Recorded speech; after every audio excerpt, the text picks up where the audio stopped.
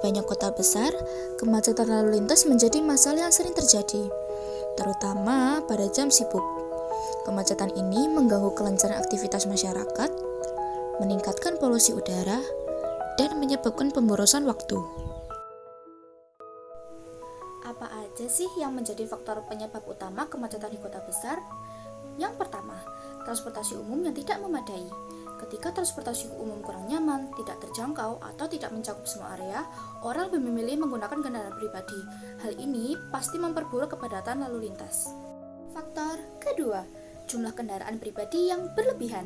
Pertumbuhan jumlah kendaraan pribadi jauh lebih cepat dibandingkan pembangunan jalan umum atau transportasi umum. Kemudian dalam membeli kendaraan, terutama motor, juga meningkatkan jumlah kendaraan di jalan raya. Faktor ketiga, perilaku pengendara. Perilaku pengendara seperti parkir sembarangan, tidak mematuhi aturan lalu lintas, dan mengambil jalur yang salah sering menyebabkan kemacetan. Selain itu, kecelakaan lalu lintas yang disebabkan oleh pengendara juga dapat memperlambat arus lalu lintas. Faktor yang kelima atau faktor yang terakhir, jam kerja yang seragam. Banyak pekerja dan pelajar memiliki jam kerja dan jam sekolah yang sama, sehingga arus lalu lintas sangat padat pada waktu tertentu, yakni jam sibuk pagi dan sore. Kemacetan dapat menimbulkan dampak negatif. Yang pertama ada kerugian waktu, di mana waktu akan terbuang sia-sia untuk menunggu kemacetan. Yang kedua ada kerugian ekonomi, di mana kendaraan yang macet akan terus menyalakan mesinnya sehingga membuat bahan bakar menjadi terbuang sia-sia dan menjadi boros. Cara pengemudi untuk mengurangi bahan bakar tersebut yaitu dengan cara mematikan mesin pada saat kemacetan. Yang ketiga ada kelelahan fisik, di mana pengemudi yang mengalami kemacetan akan terus duduk di bangku sehingga membuat badan menjadi lebih lelah. Yang terakhir ada gangguan stres, di mana pengemudi yang terburu-buru untuk melakukan suatu pekerjaan dengan kemacetan akan mengalami kesetresan. Sebagai warga kota, kita juga perlu mencari solusi yang efektif untuk mengurangi kemacetan. Solusi yang paling efektif yaitu dengan menggunakan kendaraan umum. Alasannya yang pertama, mengurangi volume kendaraan pribadi, di mana jika lebih banyak orang menggunakan transportasi umum, jumlah kendaraan pribadi akan berkurang dan membuat lalu lintas menjadi lebih lancar. Yang kedua, lebih ramah lingkungan. Transportasi umum membantu mengurangi polusi udara dengan menggunakan bahan bakar yang lebih sedikit. Efisiensi waktu dan biaya, di mana transportasi umum terintegrasi dan tepat waktu membuat perjalanan lebih cepat dan memerlukan biaya yang lebih sedikit daripada kita menggunakan kendaraan pribadi dan membeli bahan bakar dengan biaya yang lumayan mahal. Aksi yang dapat kita lakukan yaitu dengan cara memberi edukasi kepada masyarakat tentang bagaimana cara mengurangi kemacetan, dan juga kita dapat membantu pemerintah untuk memfasilitasi kendaraan umum. Bayangkan dunia tanpa tempat berpijak yang bersih, laut yang penuh plastik, dan udara yang penuh polusi. Semua ini dimulai dari sesuatu yang kita anggap sepele, sampah. Tahukah kamu, setiap menit 1 truk penuh sampah plastik dibuang ke laut. Apa yang bisa kita lakukan untuk mengubah ini? Sampah bisa menjadi ancaman atau peluang. Apa yang akan kamu pilih? Setiap tahun lebih dari 300 juta ton plastik diproduksi. Kita tahu plastik mencemari laut, membahayakan satwa, dan merusak lingkungan. Kita tahu dampaknya, tapi mengapa kita masih menggunakannya? Jawabannya sederhana. Plastik itu murah, mudah, dan nyaman. Tapi kenyamanan ini membawa konsekuensi yang besar.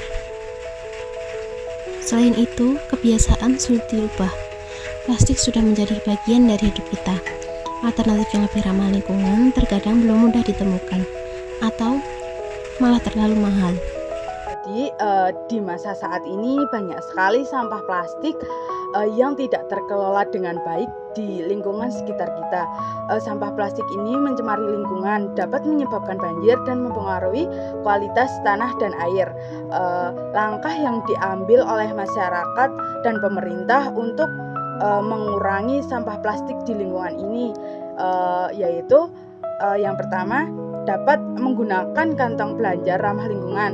Ganti kantong plastik dengan tas kain atau tas belanja yang bisa digunakan. Misal contohnya saat kita pergi ke pasar, kita dapat membawa tas sendiri dari rumah menggunakan tas kantong yang terbuat dari kain atau sejenis lainnya yang bisa dipakai secara berulang-ulang. Yang kedua, ada mengurangi penggunaan plastik sekali pakai seperti sedotan sekali pakai, botol air sekali pakai, dan alat makan plastik. Gunakan alternatif seperti stainless steel atau bambu. Yang ketiga, ada mendaur ulang plastik. Pisahkan sampah plastik dari jenis sampah lainnya untuk didaur ulang. Yang keempat, yaitu ada penerapan gaya hidup zero waste, yaitu membawa wadah sendiri saat membeli makanan atau minuman untuk mengurangi sampah plastik. Yang selanjutnya, bagaimana sih caranya untuk mengurangi sampah plastik yang banyak sekali di lingkungan sekitar kita secara individu. Jadi untuk mengurangi sampah plastik yang sudah banyak sekali di lingkungan sekitar kita, yaitu dapat dengan cara saat kita membeli makanan di luar, kita dapat membawa wadah makanan atau wadah minuman sendiri untuk digunakan membeli makanan tersebut. Yang kedua, pilah dan daur ulang. Pisahkan sampah plastik untuk didaur ulang dan pastikan membuangnya di tempat yang benar. Jadi pengolahannya membuang sampah itu seperti sampah kita membeli makanan yang kemasannya terbuat dari anorganik, berarti kita harus membuang sampah tersebut di tempat yang kumpulan sampah anorganik. Yang berikutnya ada beli makanan dalam jumlah besar, yaitu pilih produk yang dijual dalam kemasan besar untuk mengurangi jumlah plastik yang terbuang. Jadi misal kita beli banyak barang, janganlah kita memakai satu plastik resek, melainkan kita dari banyaknya barang tersebut kita menggunakan satu wadah plastik. Yang terakhir ada dukung produk ramah lingkungan. Pilih merek yang menggunakan kemasan biodegradable atau yang mendukung pengurangan limbah plastik. Seperti itulah langkah-langkah kecil ini kalau dilakukan bersama-sama bisa membawa perubahan besar.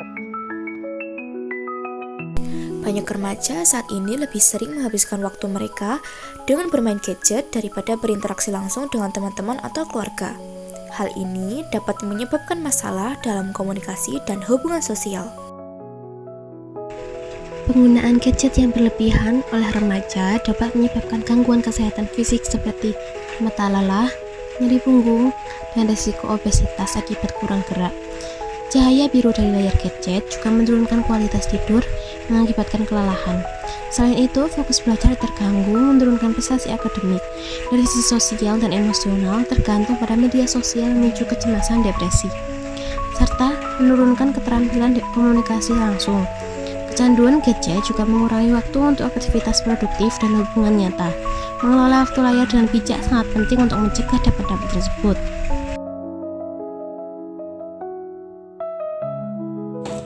Ada beberapa hal yang dapat dilakukan oleh remaja untuk menjaga keseimbangan antara penggunaan gadget dan interaksi sosial. Yang pertama yaitu tetapkan batasan waktu, di mana remaja dapat membuat jadwal untuk penggunaan gadget secara jelas, termasuk bebas penggunaan gadget saat makan ataupun sebelum tidur. Yang kedua, aktivitas sosial. Ajaklah teman-teman untuk berpartisipasi dalam kegiatan luar ruangan sehingga waktu yang dihabiskan untuk interaksi secara langsung. Yang ketiga, adakan diskusi terbuka. Bicarakanlah tentang manfaat penggunaan gadget dan risiko penggunaan gadget bersama teman ataupun keluarga sehingga dapat meningkatkan kesadaran. Terkait adanya pembatasan penggunaan gadget di sekolah, pendapat saya adalah tidak setuju, dikarenakan penggunaan gadget sangat diperlukan sebagai contoh alat pembelajaran modern. Apalagi di era sekarang ini, beberapa kurikulum membutuhkan gadget untuk menggali pembelajaran lebih dalam.